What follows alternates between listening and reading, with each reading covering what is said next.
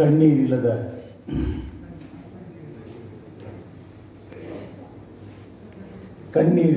ಜ್ಞಾನದಿಂದ ದೂರವಿರಿಸು ನನ್ನನ್ನು. ನಗೆಯಿಲ್ಲದ ತತ್ವಶಾಸ್ತ್ರಗಳಿಂದ ದೂರವಿರಿಸು.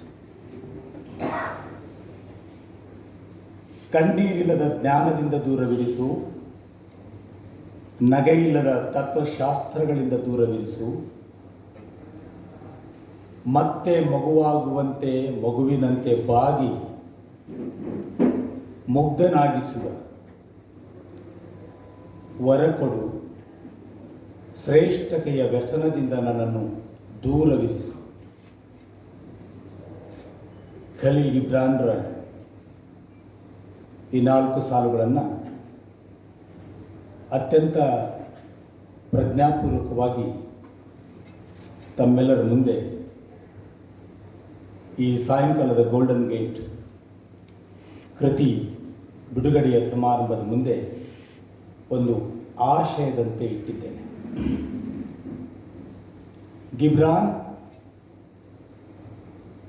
ಈ ಜಗತ್ತು ಕಂಡ ಕವಿಯೋ, ದಾರ್ಶನಿಕನೋ, ಸಂತನೋ, ಲಂಪಟನೋ, ಜ್ಞಾನಿಯೋ ಅದಿನ್ನೂ ಕಾಲ ತೀರ್ಮಾನಿಸಬೇಕಾಗಿರ್ತಕ್ಕಂಥ ಸಂಗತಿ. ನಡೆಯುವವರ ಕುರಿತು ಮಾತನಾಡಬಹುದು, ನಿಂತವರ ಕುರಿತು ಮಾತನಾಡಬಹುದು, ಆದರೆ ಚಲಿಸುವವರನ್ನ ಕುರಿತು ಮಾತಾಡೋದು ಬಹಳ ಕಷ್ಟ. ಗಿಬ್ರಾನ್ ಹೀಗೆ ಶತಮಾನಗಳಿಂದ ಲೆಬಿನಾನದಿಂದ ಭಾರತದವರೆಗೆ ಚಲಿಸುತ್ತಲೇ ಇರತಕ್ಕಂಥ, ಅಮೇರಿಕದೆಡೆಗೆ, ಜಗತ್ತಿನ ಬೇರೆ ಬೇರೆ ದೇಶಗಳೆಡೆಗೆ ಚಲಿಸುತ್ತಲೇ ಇರತಕ್ಕಂಥ ಒಂದು ಜ್ಞಾನದ ಶಕ್ತಿ ಮತ್ತು ಬಾಂಡ. ಇಂದಿನ ಎನ್ ಪ್ರಭಾಕರ್ ಅವರ ಗೋಲ್ಡನ್ ಗೇಟ್ ಕೃತಿ ನನಗೆ ದಕ್ಕಿರುವುದು ಈ ಆಲೋಚನೆಗಳ ಹಿನ್ನೆಲೆಯಲ್ಲಿ.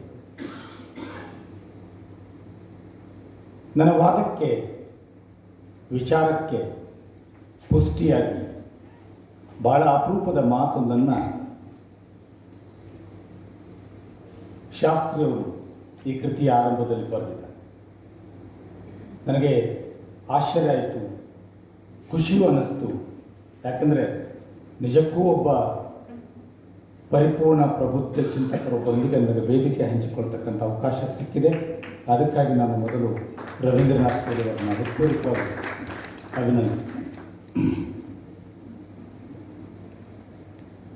ಒಂದು ಕಾದಂಬರಿಯೋ, ಕಥೆಯೋ, ಕಾವ್ಯವೋ, ನಾಟಕವೋ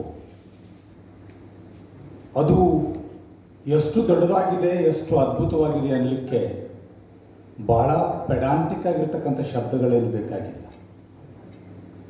It is not the size that makes the book great. It is not the lines that make the work immortal. ಬದಲಾಗಿ ಒಂದು ಕೃತಿಯೊಳಗಿನ ಆತ್ಮ, ಆಲೋಚನೆ ಅದನ್ನು ಶಾಶ್ವತವಾಗಿ ಓದುಗರ ಮನಸ್ಸಿನಲ್ಲಿ ಉಳಿಸುತ್ತದೆ. ಹಾಗೆ ನೋಡಿದ್ರೆ ಪ್ರಪಂಚದ ಎಲ್ಲ ಶ್ರೇಷ್ಠ ಕೃತಿಗಳು ಸೈಜ್ನಲ್ಲಿ ತುಂಬ ಚಿಕ್ಕವಾಗಿರ್ತಕ್ಕಂಥವೆ. ಅದು ಸರ್ವಜ್ಞಾನ ತ್ರಿಪದಿ ಇರಬಹುದು, ಬುದ್ಧನ ಧಮ್ಮಪದ ಇರಬಹುದು, 226 ಉಪನಿಷತ್ತುಗಳಿರಬಹುದು. ಅವೆಲ್ಲವೂ ಕೇವಲ 2, 3, 4 ಸಾಲಿನ ಮಂತ್ರಗಳು, ಮಾತುಗಳು ಮಂತ್ರಗಳಾಗಿ ಕಾಡಿರ್ತಕ್ಕಂಥದ್ದಕ್ಕೆ ಸಾಕ್ಷಿ ಆ ಎಲ್ಲ ಕೃತಿಗಳು. It's not the size. ನಾನು golden gate the book by N Prabhakar, it's really wonderful book. It's really wonderful novel, fiction, travelogue. ಭಾಳ ಚಂದ ಒಂದು ಸಬ್ ಟೈಟಲ್ ಇದಕ್ಕೆ ಹಾಕಿದ್ದಾರೆ, ಭಾರತೀಯ ಪರಂಪರೆ ಮತ್ತು ವಿಜ್ಞಾನದ ಜುಗಲ್ಬಂದಿ. ಆ ವಿಚಾರಕ್ಕೆ ನಾನು ಹೋಗೋಕ್ಕಿಂತ ಮುಂಚೆ ವಿಜ್ಞಾನ ಅಂದರೆ ಏನು, ಸಾಹಿತ್ಯ ಅಂದ್ರೇನು, ಇವುಗಳ ಮಧ್ಯೆ ಜುಗಲ್ಬಂದಿ ಆಗುತ್ತೋ, ಸಮನ್ವಯ ಆಗುತ್ತೋ, ಸಮೀಕರಣ ಆಗುತ್ತೋ, ಇವುಗಳ ಆಚೆಗೆ ಆ ದಡಕ್ಕೆ ಹೋಗೋಕ್ಕಿಂತ ಮುಂಚೆ ಈ ಕೃತಿಗೊಂದು ಅದ್ಭುತವಾಗಿರ್ತಕ್ಕಂಥ ಅನಾವರಣಿಕ ಸಾಲುಗಳನ್ನು ಹಿರಿಯರಾಗಿರ್ತಕ್ಕಂಥ ಡಾಕ್ಟರ್ SLN ಸ್ವಾಮಿಯವರು ಬರೆದಿದ್ದಾರೆ. ಅವರು ನನ್ನೊಂದಿಗೆ ವೇದಿಕೆಯಲ್ಲಿ ಇದ್ದಾರೆ. ಒಂದು ಬರಹ, ಬಹಳ ಅದ್ಭುತವಾದ ಬರಹ. ಯಾವಾಗ if at all it makes you to go near by the author. ಯಾವ ಸಾಲುಗಳನ್ನು ಓದಿದಾಗ ಆ ಲೇಖಕನನ್ನು ನೋಡಬೇಕು, ಅವನ ಸಮೀಪ ಹೋಗಬೇಕು, ಅವನ ಸಖ್ಯವನ್ನು, ಪ್ರೀತಿಯನ್ನು ಸಂಪಾದಿಸಿಕೊಳ್ಬೇಕು ಅನ್ನುವ ಉತ್ಸಾಹ ಮತ್ತು ತುಡಿತ ಹುಟ್ಟಿಸ್ತದೋ ಅದನ್ನು ಒಂದು ಅದ್ಭುತವಾದ ಬರಹ ಅಂತೇಳಿ ನಾವು ಅಂದ್ಕೊಳ್ತೇವೆ. It is not because we write in English it becomes great, it is not because we write in Hindi it becomes great. ಟ್ರಾನ್ಸ್ಲೇಷನ್ಸ್ಗಳು ಸೋಲೋದು ಈ ಕಾರಣಕ್ಕಾಗಿಯೂ ಕೂಡ. ಎರಡು ಅಪರೂಪದ, ದಯವಿಟ್ಟು ನೀವೆಲ್ಲ ಹೋಗುವಾಗ ಈ ಪುಸ್ತಕ ನಿಮ್ಮ ಕೈಯಲ್ಲಿ ಇರ್ತದೆ ಅಂತಕ್ಕಂಥ ಬಲವಾದ ನಂಬಿಕೆ ನನಗಿದೆ. ಯಾತಕ್ಕಾಗಿ ಅಂದರೆ ಪ್ರಭಾಕರ್ ಅವರು ಬರೆದಿರುವ ಸಮಗ್ರ ಕಥೆಗಾಗಿ ಅಲ್ಲ, ಬದಲಾಗಿ SLN ಸ್ವಾಮಿ ಬರೆದಿರುವ ಕೃತಿಯ ಅನಾವರಣಕ್ಕೆ ಬರೆದಿರುವ 2 ಪ್ಯಾರಾಗ್ರಾಫ್ಗಳಿಗಾಗಿ. 2 ಪ್ಯಾರಾಗ್ರಾಫ್ಸ್ ಟು ದಿಸ್ ಬುಕ್. ಒಂದು ಜೋರ್ ಚಪ್ಪಾಳೆ ಅವರಿಗೆ ಕೊಡ್ಬೋದು. ಸುತ್ತೂರು ಮಠದ ಶಿವರಾತ್ರೇಶ್ವರ ಪ್ರಕಾಶನದಿಂದ 1625 ಪುಟಗಳ ಅಲ್ಲಮನ ವಚನಗಳನ್ನು ಕುರಿತಾಗಿರ್ತಕ್ಕಂಥ ಒಂದು ಗ್ರಂಥ ಬಂದಿದೆ. 1625 ಪುಟಗಳು. ಆದರೆ ಒಂದು ಕ್ಷಣ ನನಗೆ ಅದರ 10 ಪುಟವನ್ನು ಓದಲಿಕ್ಕೆ ಆಗಲಿಲ್ಲ. ಕಾರಣ, ಅದರ ಮುನ್ನುಡಿಯನ್ನು ಬರೆದಿರ್ತಕ್ಕಂಥವರು ಪರಮ ಪೂಜ್ಯ ಸಿದ್ದೇಶ್ವರ ಸ್ವಾಮೀಜಿಯವರು. ಆ ಸಿದ್ದೇಶ್ವರ ಸ್ವಾಮೀಜಿ ಅಲ್ಲಮ ಅನ್ನುವ ಒಂದು ಪದವನ್ನು 1.5 ಪುಟ ಬರೆದಿದ್ದಾರೆ. ಅಷ್ಟು ಬರೆದರೂ ಕೂಡ ಈ ಬದುಕು ಧನ್ಯ ಅನ್ನಿಸುವ ರೀತಿಯಲ್ಲಿ ಬರೆದಿದ್ದಾರೆ. ಸೊ ಇಲ್ಲಿಯೂ ಕೂಡ SLN ಸ್ವಾಮಿ ಕೃತಿಗೆ ಬರಿತಾ, ಪ್ರಭಾಕರ್ ಅವರ ಕೃತಿಯನ್ನು ಕುರಿತು ಬರಿತಾ ಒಂದು ವಿಚಾರವನ್ನು ಹೇಳ್ತಾರೆ. ಈ ಕೃತಿ ನಿಜ ಅರ್ಥದಲ್ಲಿ ಹಲವು ವಿಷಯಗಳ ಅನಾವರಣದ ಅಪರೂಪದ ಕೃಷಿ ಶಬ್ದಗಳನ್ನು ನೀವು ಗಮನಿಸಬೇಕು. ಇದು ಕೃತಿಯಲ್ಲ. ಕೃಷಿ ಆದರೆ ಬಹಳ ದೊಡ್ಡ ವ್ಯತ್ಯಾಸ. ಕೃತಿ ಇಟ್ಸ್ ಡೆಡ್, ಕೃತಿ is just the form, but ಕೃಷಿ is not. There is no form for ಕೃಷಿ. ಪ್ರತಿ ರೈತನಿಗೂ, ಪ್ರತಿ ಕ್ಷಣಕ್ಕೂ, ಪ್ರತಿ ಋತುಮಾನಕ್ಕೂ ಅದು ಭಿನ್ನ ಆಗ್ತಾ ಹೋಗ್ತದೆ, ಅದು ಜೀವಪರ ಆಗ್ತಾ ಹೋಗ್ತದೆ, ಅದು ನಮಗೆ ಕುತೂಹಲ ಆಗ್ತಾ ಹೋಗ್ತದೆ. ಅದಕ್ಕೆ ಅವ್ರು ಹೇಳ್ತಾ ಇರೋದು, ಪುಟ ಪುಟವು ಎನ್ ಪ್ರಭಾಕರ್ ಅವರ ಗೋಲ್ಡನ್ ಗೇಟ್ ಕೃತಿಯ ಪುಟ ಪುಟವು ಏನಿದೆ ಅಂದರೆ, ಇದು ಬರೀ ನಿಮ್ಮನ್ನು ಕೃತಿಯಾಗಿ ನಿಮ್ಮ ಮುಂದೆ ನಿಲ್ಲುವುದಿಲ್ಲ, ಕಾಡುವುದಿಲ್ಲ. ಇದು ಒಂದು ಕೃಷಿಯಾಗಿದೆ.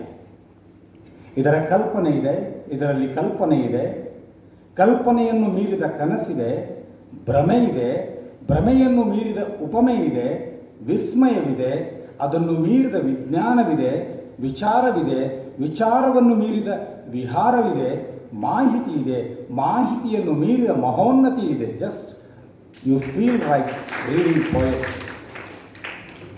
ನನಗೆ ಇದು ಗದ್ಯ ಅನಿಸೋದಿಲ್ಲ. I felt like as if I am reading poet. Poetry ಅಂದರೆ ಸಾಲುಗಳನ್ನು ಕಟ್ ಮಾಡಿಟ್ರೆ ಪೊಯೆಟ್ರಿ ಆಗೋದಿಲ್ಲ. The soul matters. ಇಂಗ್ಲೀಷ್ನಲ್ಲಿ ಥಾಮಸ್ ಕಾರ್ಲೈಲ್ ಅಂತಕ್ಕಂಥ ಒಬ್ಬ ಲೇಖಕ ಇದ್ದ, ವಿಲಿಯಂ ಹ್ಯಾಸಲಿಟ್ ಅಂತಕ್ಕಂಥ ಒಬ್ಬ ಲೇಖಕ ಇದ್ದ. 18ನೇ ಶತಮಾನದಲ್ಲಿರ್ತಕ್ಕಂಥ ಇಬ್ಬರು ಲೇಖಕರು ಬಹಳ ದೊಡ್ಡ ಗದ್ಯ ಬರಹಗಾರರು. ಆದರೆ ಅವರ ಗದ್ಯವನ್ನು ಓದಿದಾಗ ನಮಗೆ ಪದ್ಯದ ಅನುಭವ ಆಗ್ತಾ ಇದೆ. ಕನ್ನಡದಲ್ಲಿ ನಿರಂಜನ ಅಂತಕ್ಕಂಥ ಬಹಳ ದೊಡ್ಡ ಕಥೆಗಾರರಿದ್ದರು. ಅವರ ಎಲ್ಲ ಕಥೆಗಳು ನಮಗೆ ಪದ್ಯದ ಅನುಭೂತಿಯನ್ನು ನೀಡುತ್ತವೆ. ಆ ನಿಟ್ಟಿನಲ್ಲಿ ಮಾಹಿತಿಯನ್ನು ಮೀರಿದ ಮಹೋನ್ನತಿ ಇದೆ, ಕಳಕಳಿ ಇದೆ, ಅದನ್ನು ಮೀರಿದ ಕಾಳಜಿ ಇದೆ, ಕಥೆ ಇದೆ, ಕಥೆಯನ್ನು ಮೀರಿದ ಕಾವ್ಯವಿದೆ. ನಾನು ಯಾವ ಮಾತನ್ನು ಶುರು ಮಾಡಿಕೊಂಡೆ, ಇಟ್ ಹಂಟ್ಸ್ ಯು. ಯಾವುದೇ ವಸ್ತು ಹಣ್ಣಾಗದ ಹೊರತು, ಹೆಣ್ಣಾಗದ ಹೊರತು, ಕಾವ್ಯವಾಗದ ಹೊರತು ಅದು ನಮ್ಮನ್ನು ಕಾಡಲಿಕ್ಕೆ ಸಾಧ್ಯ ಇಲ್ಲ. ಅಂಥ ಒಂದು ಅಪರೂಪದ ಪ್ರವೇಶಿಕೆಯನ್ನು. ಸೊ ಎನ್ ಪ್ರಭಾಕರ್ ಅವರ ಒಟ್ಟು ಗೋಲ್ಡನ್ ಗೇಟನ್ನು ನಾನು ಪುಸ್ತಕ ಪರಿಚಯ ಅನ್ನುವ ವ್ಯಾಪ್ತಿಯಲ್ಲಿ ನಿಂತಿರೋದರಿಂದ ವಿಮರ್ಶೆಗೆ ನಾನು ಹೋಗ್ತಾ ಇಲ್ಲ. My duty is not to apply the critical theories to the Golden Gate written by mister Prabhakar. But ನನ್ನ ಡ್ಯೂಟಿ ಏನಂದರೆ, ಈ ಪುಸ್ತಕ ಏನನ್ನು ಒಳಗೊಂಡಿದೆ, ಯಾತಕ್ಕಾಗಿ ಇದು ನಿಮ್ಮ ಹತ್ತಿರ ಇರಬೇಕು ಅಂತಕ್ಕಂಥ ಒಂದು ಸಣ್ಣ ಪ್ರೀತಿಯನ್ನು ಹಂಚಿಕೊಳ್ಳೋದಷ್ಟೆ. ಬಹಳ ಜನ ಅಂದ್ಕೊಂಡಿದ್ದೀವಿ ಕಾದಂಬರಿ ಅಂದರೆ, ಇದನ್ನು ನಾನು ಕಾದಂಬರಿ ಅಂತೇಳಿ ಸೂಚಿಸಿರೋದರಿಂದ ಆ ಪದವನ್ನು ಬಳಸ್ತಾ ಇದ್ದೇನೆ. ಇದು ಕಾದಂಬರಿಯೋ, ಕಥನವೋ, ಪ್ರವಾಸ ಕಥನವೋ ಅದೆಲ್ಲವೂ ನಿರ್ಧಾರ ಆಗಬೇಕಾಗಿದ್ದು ಓದುಗನ ಅನುಭವ ಮತ್ತು ವಿಸ್ತಾರವನ್ನು ಆಧರಿಸಿರ್ತಕ್ಕಂಥದ್ದು. ಬಹಳ ಜನ ಅಂದ್ಕೊಂಡಿದ್ದೀವಿ ಕಾದಂಬರಿ ಅಂದರೆ ಒಂದು ಕಥೆಯನ್ನು ಹೇಳ್ತದೆ ಅಥವಾ ಹಲವು ಕಥೆಗಳ ಒಂದು ಸಮೂಹವನ್ನು ಒಳಗೊಂಡಿರ್ತದೆ. ಆದರೆ ಯುರೋಪಿನಿಂದ ಭಾರತದವರೆಗೆ ಬಹಳ ದೊಡ್ಡ ದೊಡ್ಡ ಕಾದಂಬರಿಕಾರರನ್ನು ನಾವು ನೋಡಿದ್ದೇವೆ. ಇಂಗ್ಲೆಂಡಿಗೆ ಬಂದರೆ ನಾವು ಚಾರ್ಲ್ಸ್ ಡಿಕೆನ್ನನ್ನು ನೋಡ್ತೀವಿ, ಥಾಮಸ್ ಹಾರ್ಡಿಯನ್ನು ನೋಡ್ತೇವೆ. ಅಮೇರಿಕಕ್ಕೆ ಬಂದರೆ ಅರ್ನೆಸ್ಟ್ ಹೆಮಿಂಗ್ವೇಯನ್ನು ನೋಡ್ತೇವೆ. ಭಾರತಕ್ಕೆ ಬಂದರೆ ಮುನ್ಸಿ ಪ್ರೇಮಚಂದ್ರನ ನೋಡ್ತೇವೆ. ಕನ್ನಡಕ್ಕೆ ಬಂದರೆ ಲಂಕೇಶ್ ಇದ್ದಾರೆ ನಮ್ಮ ಎದುರುಗಡೆ, ಇನ್ನೊಂದು ತುದಿಗೆ ಕುವೆಂಪು ಇದ್ದಾರೆ. ಮಲೆಗಳಲ್ಲಿ ಮದುಮಗಳು, ಕಾನೂರು ಸುಬ್ಬಮ್ಮ ಹೆಗ್ಗಡತಿ ಅಂತ ಕಾದಂಬರಿಯನ್ನು ಹಿಡಿದು ಜಗತ್ತಿನ ಎಲ್ಲ ಕಾದಂಬರಿಕಾರರು ನಮಗೆ ಕೊಟ್ಟಿರೋದು ಏನು ಅಂತ ಪ್ರಶ್ನೆ ಮಾಡಿಕೊಂಡ್ರೆ, ಕಾದಂಬರಿಯ ಸ್ವರೂಪದಲ್ಲಿ, ಕಾದಂಬರಿಯ ಆಕೃತಿಯಲ್ಲಿ ಅವರೆಲ್ಲರೂ ನಮಗೆ ಕೊಟ್ಟಿರೋದು ಒಂದು ಆಲೋಚನೆಯನ್ನು, ಹೊಸ ದೃಷ್ಟಿಕೋನವನ್ನು, ಬದುಕನ್ನು ನೋಡ್ತಕ್ಕಂಥ ಹೊಸ ದೃಷ್ಟಿಕೋನವನ್ನು ಕೊಡಲಿಕ್ಕೆ ಪ್ರಯತ್ನ ಮಾಡಿದ್ರು. ಇಲ್ಲಿ 6 ಜನ ಮಕ್ಕಳಿದ್ದಾರೆ. ಆ ಮಕ್ಕಳು ಇತಿಹಾಸದ ಬಗ್ಗೆ ಬಹಳಷ್ಟು ಆಸಕ್ತಿಯನ್ನು ಹೊಂದಿರತಕ್ಕಂಥರು. ಅವರಿಗೊಬ್ಬ ನಾಯಕ ಇದ್ದಾನೆ. ಆ ನಾಯಕನ ಬೆನ್ನು ಹತ್ಕೊಂಡು ಹೋಗಿ ಅವರು ಹೇಗೆ ಕಾಲವನ್ನು, ವಿಜ್ಞಾನವನ್ನು, ತತ್ವಜ್ಞಾನವನ್ನು, ಭಾರತದ ಇತಿಹಾಸವನ್ನು, ಪರಂಪರೆಯನ್ನು, ಚರಿತ್ರೆಯನ್ನು, ವರ್ತಮಾನವನ್ನು ಪರೀಕ್ಷೆ ಮಾಡ್ತಾ ಹೋಗ್ತಾರೆ ಅನ್ನುವುದು ಕಾದಂಬರಿಯ ವಸ್ತುವಾಗಿದ್ದರೂ ಕೂಡ ಇದು ಒಟ್ಟಾಗಿ ಏನನ್ನು ಹೇಳ್ತಾ ಇದೆ ಅಂತ ಕೇಳಿದ್ರೆ ಉತ್ತರ ಬಹಳ ಸಣ್ಣದು, ಬಹಳ ಚಿಕ್ಕದು. ಏನಪ್ಪ ಅಂದರೆ ನಮ್ಮನ್ನು ಹೊಸ ಆಲೋಚನೆಯೆಡೆಗೆ ಕರೆದುಕೊಂಡು ಹೋಗ್ತಾ ಇದೆ. ಬದುಕನ್ನು ಭಿನ್ನವಾಗಿ ನೋಡ್ತಕ್ಕಂಥ ಒಂದು ದೃಷ್ಟಿಕೋನವನ್ನು ಕೊಡ್ತಾ ಇದೆ. ಯಾವುದು ಶ್ರೇಷ್ಠವಾದ ಸಾಹಿತ್ಯ, ಯಾವುದು ಶ್ರೇಷ್ಠವಾದ ಕೃತಿ ಅಂತ ಪ್ರಶ್ನೆ ಮಾಡಿಕೊಂಡಾಗಲೂ ಕೂಡ ನಾವು ಇದನ್ನೇ ನಿರೀಕ್ಷಿಸಿಬಿಡ್ತೇವೆ. ನಮಗೆ ಯಾವುದರಿಂದ ಹೊಸ ದೃಷ್ಟಿಕೋನ ಸಾಧ್ಯ ಆಗ್ತದೋ ಅದು ಶ್ರೇಷ್ಠವಾದ ಚಿಂತನೆ. ಅಂಥ ಒಂದು ಚಿಂತನೆ ಪ್ರಭಾಕರ್ ಅವರ ಗೋಲ್ಡನ್ ಗೇಟ್ ಕೃತಿಯಲ್ಲಿ ನಡೆದಿದೆ. ಏನದು ಚಿಂತನೆ ಅಂದರೆ ಏನು? ನಾನು ಬಹಳ ಚಂದ ಹಿಂದಿನ ಒಂದು ಸಭೆಯಲ್ಲಿ ಹೇಳ್ತಿದ್ದೆ. ಅಲ್ಲಮ ಪ್ರಭು ಒಂದು ವಚನ ಬರೆದ. ಏನಂತ ಬರೆದ? ಹೆಣ್ಣಿಗಾಗಿ ಸತ್ತವರು ಕೋಟಿ, ಮಣ್ಣಿಗಾಗಿ ಸತ್ತವರು ಕೋಟಿ, ಹೊನ್ನಿಗಾಗಿ ಸತ್ತವರು ಕೋಟಿ, ನಿನಗಾಗಿ ಸತ್ತವರೊಬ್ಬರನೂ ಕಾಣೆ ಗುಹೇಶ್ವರ ಅಂತ ಹೇಳ್ದ. ಎಲ್ಲ ಶರಣರು ಚಪ್ಪಾಳೆ ಹೊಡೆದ್ರು, ನಾವು ಇವತ್ತಿಗೆ ಚಪ್ಪಾಳೆ ಹೊಡೆದು ಬಂದಿದ್ದೀವಿ, ಈಗಲೂ ಹೊಡೆದ್ರಿ ನೀವು. ಆದರೆ ಎಂಥ ಮೂರ್ಖತನದ ಒಂದು ವಚನವನ್ನು ಅಲ್ಲಮ ಬರಿಬೇಕಾಗಿತ್ತ? ಪ್ರಶ್ನೆ ಹಾಕಿಕೊಳ್ಬೇಕು. ಅಲ್ಲಮ ಅಂದರೆ ಪ್ರಶ್ನಾತೀತನಾಗಬೇಕಾಗಿಲ್ಲ. ಈ ಜಗತ್ತಿನಲ್ಲಿ ಯಾವುದೂ ಪ್ರಶ್ನಾತೀತವಾಗಿಲ್ಲ. You have to question every moment, because question is the only possible way to new interpretations. ನಮ್ಮಲ್ಲಿ ಬಸವನಗುಡಿಯ ನ್ಯಾಷನಲ್ ಕಾಲೇಜ್ನಲ್ಲಿ ನಮ್ಮ ಗುರುಗಳು ಅದರ ಗೇಟಿಗೆ ಒಂದು ಮಾರ್ಕನ್ನು ಹಾಕಿದರು, ಕ್ವಶನ್ ಮಾರ್ಕನ್ನು, ಕ್ವಶನ್ ದ ಥಿಂಗ್ಸ್. ಅಲ್ಲಮ ಈ ಮಾತನ್ನು ಹೇಳಿದರು. ಆದರೆ ಆನಂತರ ಬಂದ 20-22 ಪ್ರಾಯದ ಅಕ್ಕ ಮಹಾದೇವಿ ಅದಕ್ಕೆ ಬಹಳ ಸುಂದರವಾದ ಉತ್ತರ ಕೊಟ್ಟರು. ಏನು? ಹೆಣ್ಣಿಗಾಗಿ ಸರಿ, ಮಣ್ಣಿಗಾಗಿ ಸರಿ, ಹೊನ್ನಿಗಾಗಿ ಸರಿ, ಹೆಣ್ಣಿಗಾಗಿ ಸತ್ತವರು ಕೋಟಿ ಅಂಥೇಳಿ ನನ್ನನ್ನೂ ಒಯ್ದು ನೀನು ಸತ್ತ ವಸ್ತುಗಳ ಪಟ್ಟಿಗೆ ಸೇರಿಸ್ತೀಯಲ್ಲ. I am not the dead thing, I am a living human being. You can not compare me with the objects. ಕೊನೆಗೆ ಒಂದು ಆನ್ಸರನ್ನು ಹೇಳಿದ್ರು. ಏನು? ಮನದ ಮುಂದಣ ಆಶೆ ಮಾಯಿ.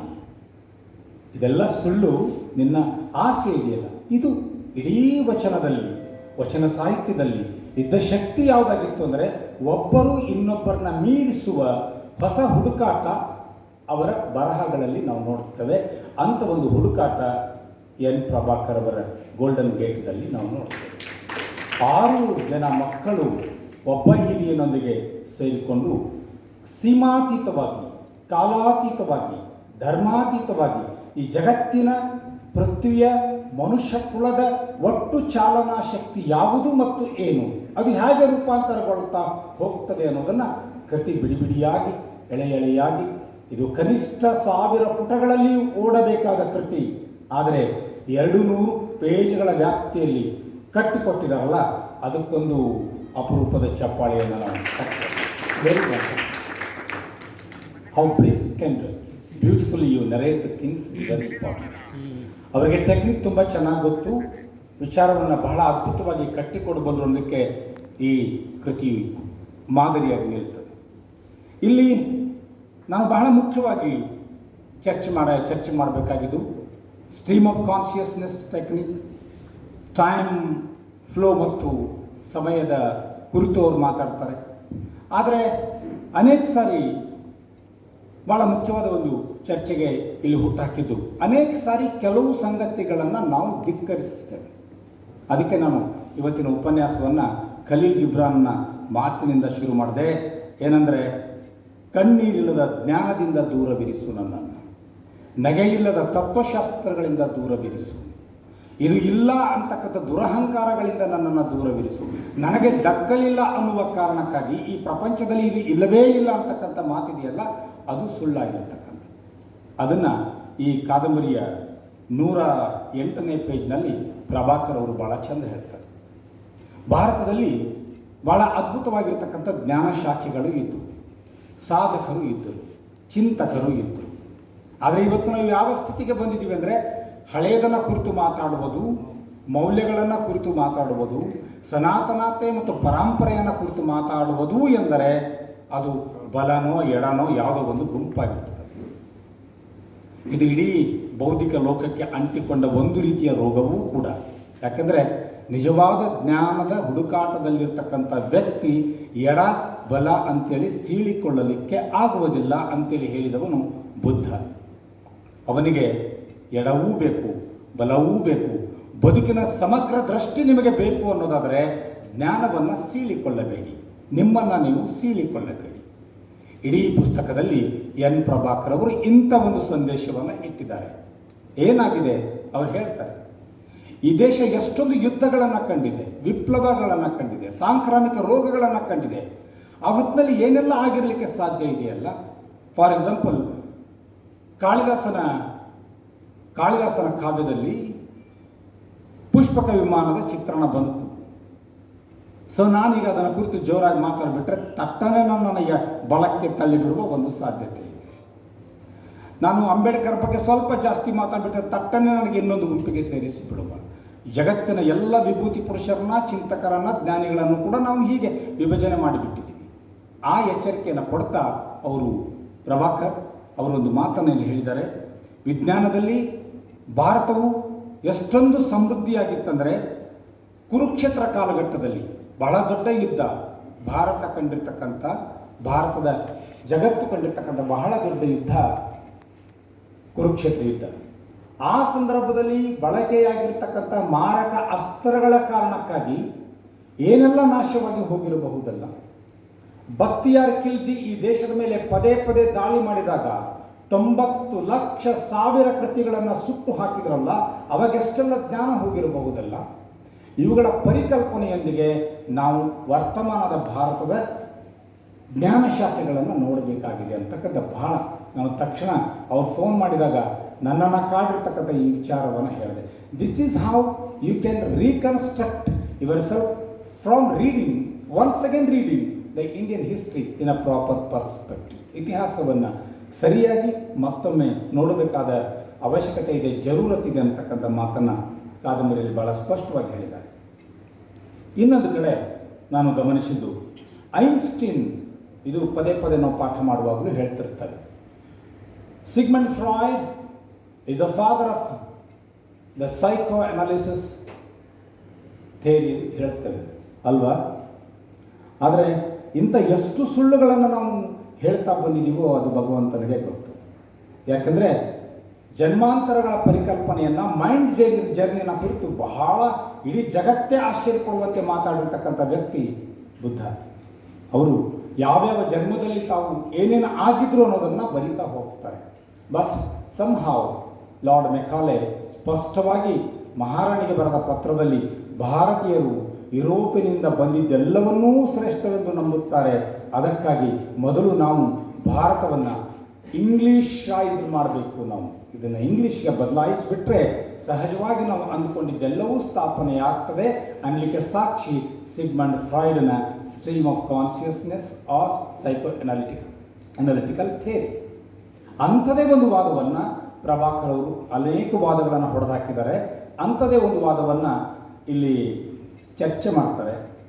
ಮಹತ್ವದ ಸಂಗತಿಯನ್ನು ಪ್ರಾಚೀನ ಗ್ರಂಥಗಳಲ್ಲಿ ಐನ್ಸ್ಟೀನ್ ಹುಟ್ಟುವುದಕ್ಕಿಂತ ಸುಮಾರು 4000 ವರ್ಷಗಳ ಹಿಂದೆಯೇ ನಮಗೆ E=mc² ಅಂತಕ್ಕಂಥ ಥಿಯರಿ ಸ್ಪಷ್ಟವಾಗಿ ಇತ್ತು.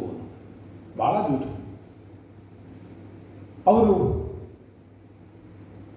ಮಂಡನ ಮಿಶ್ರ ಮತ್ತು ಆದಿಶಂಕರರ ಮಧ್ಯೆ ಚರ್ಚೆ ನಡೆದಾಗ ಅವರು ಸೋಲ್ತಾರೆ. ಆದಿಶಂಕರರು ಮೊದಲ ರೌಂಡ್ನಲ್ಲಿ ಸೋಲ್ತಾರೆ, ಎಲ್ಲ ಮಂಡನ ಮಿಶ್ರರು ಸೋಲ್ತಾರೆ.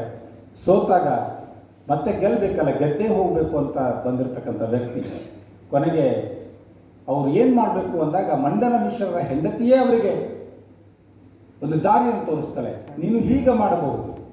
ಆಗ ಆದಿಶಂಕರರು ಸತ್ತ ವ್ಯಕ್ತಿಯ ಪರಕಾಯ ಪ್ರವೇಶ ಮಾಡಿ ಮತ್ತೆ ಮಂಡನ ಮಿಶ್ರರೊಂದಿಗೆ ವಾದ ಮಾಡಿ ಗೆಲ್ತಾರೆ ಅಂತಕ್ಕಂಥದ್ದು.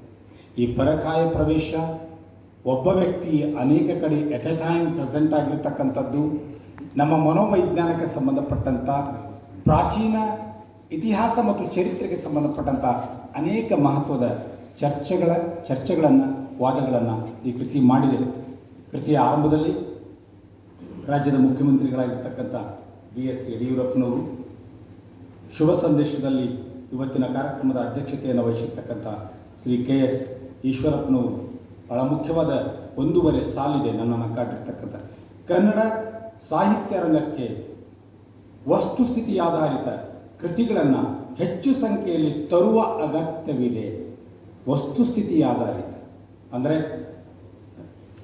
ವಿಚಾರಗಳು ರಾಜಕಾರಣಗೊಂಡಿರುವ, ಸಾಹಿತ್ಯವೂ ರಾಜಕಾರಣಗೊಂಡಿರುವ ಇಂದಿನ ಈ ಸಂದರ್ಭದಲ್ಲಿ ನಾವು ವಿಚಾರವನ್ನು ವಿಚಾರದಂತೆ, ಸಾಹಿತ್ಯವನ್ನು ಸಾಹಿತ್ಯದಂತೆ ನೋಡುವ ಮತ್ತು ಅದನ್ನು ಕಟ್ಟಿಕೊಡುವ ಅವಶ್ಯಕತೆ ಇದೆ ಎನ್ನುವ ಮಾತನ್ನು ಮದನ್ ಗೋಪಾಲ್ರ ಬಹಳ ಅಪರೂಪದ ಕೆಲವು ಸಾಲುಗಳಿವೆ.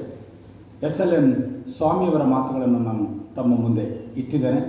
ನನ್ನ ಮಾತು ಅನ್ನುವ ಒಂದು ವಿಚಾರದಲ್ಲಿ ಬರಹದಲ್ಲಿ ಎನ್ ಪ್ರಭಾಕರ್ ಅವರು ತಮ್ಮ ಪ್ರಾಮಾಣಿಕವಾದ ಒಂದು ಸಂಗತಿಯನ್ನು ಹೇಳಿದ್ದಾರೆ.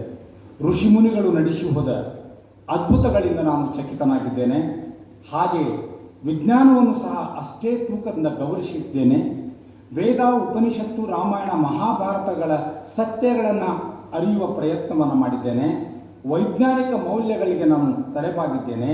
ಪವಾಡಗಳು ಏನು ಎಂದು ನಾನು ಒಪ್ಪುವುದಿಲ್ಲ, ಆದರೆ ಅದರ ಹಿಂದಿರುವ ವಸ್ತುವನ್ನು ಬಿಚ್ಚಿಡುವ ಪ್ರಾಮಾಣಿಕವಾದ ಪ್ರಯತ್ನವನ್ನು ಮಾಡಿದ್ದೇನೆ ಅಂತಕ್ಕಂಥ ತಮ್ಮ ಒಟ್ಟು ಬರಹದ ಉದ್ದೇಶ, ಗೋಲ್ಡನ್ ಗೇಟ್ ಕಾದಂಬರಿಯ ಬರಹದ ಉದ್ದೇಶವನ್ನು ಇಲ್ಲಿ ಹೇಳಿದ್ದಾರೆ. ನಾನು 20 ನಿಮಿಷದ ವ್ಯಾಪ್ತಿಯನ್ನು ಮೀರಿದ್ದೇನೆ. ಮುಂದಿನ ಮಾತುಗಾರರಿರೋದರಿಂದ ಇದು ಗೇಟ್ ಭಾರತದ ಚರಿತ್ರೆಯಲ್ಲಿ, ಭಾರತದ ಜೀವನದಲ್ಲಿ ಈ ಗೇಟ್ ಅಂತಕ್ಕಂಥದ್ದು ಗೇಟ್ ಅಲ್ಲ, ಅದು ಹೊಸ್ತಿಲು. ಹೊಸ್ತಿಲಿಗೂ ಗೇಟಿಗೂ ಬಹಳ ದೊಡ್ಡ ವ್ಯತ್ಯಾಸ ಇದೆ.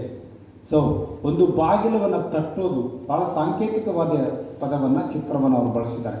Golden gate, it is not gold gate, it is golden gate. It appears like golden. ಅದನ್ನು ತಟ್ಟುವುದರಿಂದ ಯಾವ್ಯಾವ ಜಗತ್ತಿಗೆ ನಿಮ್ಮನ್ನು ನೀವು ವಿಸ್ತರಿಸಿಕೊಳ್ತೀರಿ ಅನ್ನುವ ಅಪರೂಪದ ಮೆಟಾಫರನ್ನು ಗೋಲ್ಡನ್ ಗೇಟ್ ಅನ್ನುವ ಟೈಟಲ್ನಲ್ಲಿ ಪ್ರಭಾಕರ್ ಅವರು ಕಟ್ಟಿಕೊಟ್ಟಿದ್ದಾರೆ.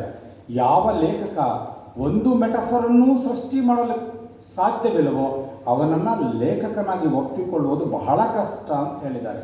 ಇನ್ that way professor Prabhakar, Shriyuta Prabhakar is a writer because he has given a metaphor golden gate to the readers. ಕೊನೆಯದಾಗಿ ಒಂದು ಮಾತು, ಈ ದೇಶದಲ್ಲಿ ಭಗವಾನ್ ರಜನೀಶ್ ಅಂತೇಳಿದ್ರು, ಬಹಳ ದೊಡ್ಡ ಮನುಷ್ಯ, ಬಹಳ ದೊಡ್ಡ ಜ್ಞಾನಿ. ವಿವೇಕಾನಂದರ ನಂತರ ಭಾರತದ ಹೆಸರನ್ನು, ಭಾರತದ ವಿಚಾರಗಳನ್ನು ಬಹಳ ನೇರವಾಗಿ ಕಟ್ಟಿಕೊಟ್ಟಿರ್ತಕ್ಕಂಥ ಒಂದು ತಪ್ಪಾಗಿಬಿಡ್ತು. ಸಂಭೋಗಿಸಿ ಸಮಾಧಿ ತಕ್ಕಂತಕ್ಕಂಥ ಕೃತಿಯನ್ನು ಏನು ಮಾತಾಡಿದ್ರು, ಬರೆದ್ರು, ಚರ್ಚಿಸಿದ್ರು, ಅಲ್ಲಿಂದ ಭಾರತವನ್ನು ನೋಡ್ತಕ್ಕಂಥ ರೀತಿನ ಬದಲಾಯಿಸಿದ್ರು. ಆದರೆ ಏನಿದ್ರೂ ಕೂಡ ಓಶೋ ಅವರ ಜ್ಞಾನವನ್ನು ನಾವು ಸಂಶಯ ಪಡೋ ಹಾಗಿಲ್ಲ. ಅವರೊಂದು ಮಾತನ್ನು ಪದೇ ಪದೇ ತಮ್ಮ ಉಪನ್ಯಾಸದಲ್ಲಿ ಹೇಳ್ತಾ ಇದ್ರು, ಅದನ್ನು ಇಲ್ಲಿ ಹೇಳೋದು ನಾನು ಸೂಕ್ತ ಅಂತ ಅಂದ್ಕೊಂಡಿದ್ದೇನೆ. ಭಾರತವನ್ನು ಒಂದು ಸಾರಿ ಸುತ್ತಿ ಬಂದರೆ ಏನು ಮಾಡ್ತಾರೆ? ಮಾತಾಡ್ತಾನೆ. ಭಾರತವನ್ನು 2 ಸಾರಿ ಸುತ್ತಿ ಬಂದರೆ ಏನು ಮಾಡ್ತಾನೆ? ಪುಸ್ತಕ ಬರೀತಾನೆ. ಭಾರತವನ್ನು 3 ಸಾರಿ ಸುತ್ತಿ ಬಂದರೆ ಏನು ಮಾಡ್ತಾನೆ? ಮೌನಿ ಆಗ್ತಾನೆ. ಸೊ ನೀವು ಭಾರತವನ್ನು ಸುತ್ತಬೇಕಾಗಿಲ್ಲ, ಗೋಲ್ಡನ್ ಗೇಟಿನೊಳಗೆ ಒಂದು ರೌಂಡ್ ಹೋಗಿ ಬಂದರೆ ನೀವು ಮೌನಿ ಆಗೋದು ಖಂಡಿತ ಅಂತಕ್ಕಂಥ ಭರವಸೆಯನ್ನು ಈ ಸಂದರ್ಭದಲ್ಲಿ ಆಶಯವಾಗಿ ವ್ಯಕ್ತಪಡಿಸ್ತಾ, ಈ ವೇದಿಕೆಗೆ ನನ್ನನ್ನು ಇಡೀ ಬೆಂಗಳೂರಿನ ಅನೇಕ ವೇದಿಕೆಗಳಲ್ಲಿ ನನ್ನ ತಂದು ನಿಲ್ಲಿಸ್ತಾ ಇರ್ತಾರೆ ನನ್ನ ಪ್ರೀತಿಯ ಗೆಳೆಯ ರವೀಂದ್ರನಾಥ್ ಸಿರಿವರ. ಬಹಳ ದೊಡ್ಡ ಬಹುರೂಪಿ ಅವರು, ಒಂದು ರೂಪ ಇಲ್ಲ, ಅವರಿಗೆ ಅನೇಕ ರೂಪಗಳು. ಸೊ ಪ್ರಕಾಶನ ಅವರ ಮತ್ತೊಂದು ರೂಪ.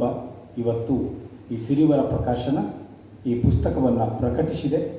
ಅದನ್ನು ಕೊಂಡು ಓದಿ, ಇದು ಎಲ್ಲರೂ ಓದಬೇಕಾದ ಪುಸ್ತಕ. ಯಾವುದು ಒಂದು ಶ್ರೇಷ್ಠ ಪುಸ್ತಕ ಅಂದರೆ, ಯಾವ ಪುಸ್ತಕವನ್ನು ನಿರ್ಭಯವಾಗಿ ಮನೆಯಲ್ಲಿ ಇಟ್ಟು ಹೋಗಬಹುದೋ ಅದು ಒಂದು ಶ್ರೇಷ್ಠ ಪುಸ್ತಕ. ನಾನು ಹೋದ್ಮೇಲೆ ಯಾಕಾರೆ ನನ್ನ ಮಗಳು ಓದ್ಬಿಟ್ಲು, ಯಾಕಾರೆ ನನ್ನ ಮಗ ಓದ್ಬಿಟ್ಟ ಅನ್ನೋದಾದರೆ ಅದು ಎಂಥ ಜ್ಞಾನವಿದ್ದರೂ ಕೂಡ ಅದೊಂದು ಅರ್ಥಹೀನ ಸಂಗ್ರಹ. ಆದರೆ ಇದೊಂದು ಅರ್ಥಪೂರ್ಣ ಸಂಗ್ರಹ. ಈ ಕೃತಿ ನಿಮ್ಮದಾಗಲಿ, ಇದರೊಳಗಿನ ಜ್ಞಾನ ಲೋಕದ ಮಾತಾಗಲಿ ಅಂತಲೇ ಆಶಿಸ್ತಾ, ವೇದಿಕೆ ಮೇಲೆ ಇರ್ತಕ್ಕಂಥ ಹಿರಿಯರಾದ ಶಾಸ್ತ್ರಿಯವರಿಗೆ, ಗುರುಗಳಾಗಿರ್ತಕ್ಕಂಥ ದಾಮೋದರ ಶೆಟ್ಟರಿಗೆ, ಲೇಖಕರಾಗಿರ್ತಕ್ಕಂಥ ಪ್ರಭಾಕರ್ ಅವರಿಗೆ ಮತ್ತು ನಮ್ಮ ಎಲ್ಲರ ಪ್ರೀತಿಯ ಅಚ್ಚುಮೆಚ್ಚಿನ ರಾಜಕೀಯ ನಾಯಕರು, ನಾಡಿನ ಹಿರಿಯ ಚಿಂತಕರು, ರಾಜಕೀಯ ಮಾರ್ಗದರ್ಶಿಗಳು ಆಗಿರ್ತಕ್ಕಂಥ ಕೆ ಎಸ್ ಈಶ್ವರಪ್ಪನವರಿಗೆ ವಂದನೆಗಳನ್ನು ಹೇಳ್ತಾ, ತಾವೆಲ್ಲರೂ ಬಂದು ತಮಗೆಲ್ಲರನ್ನು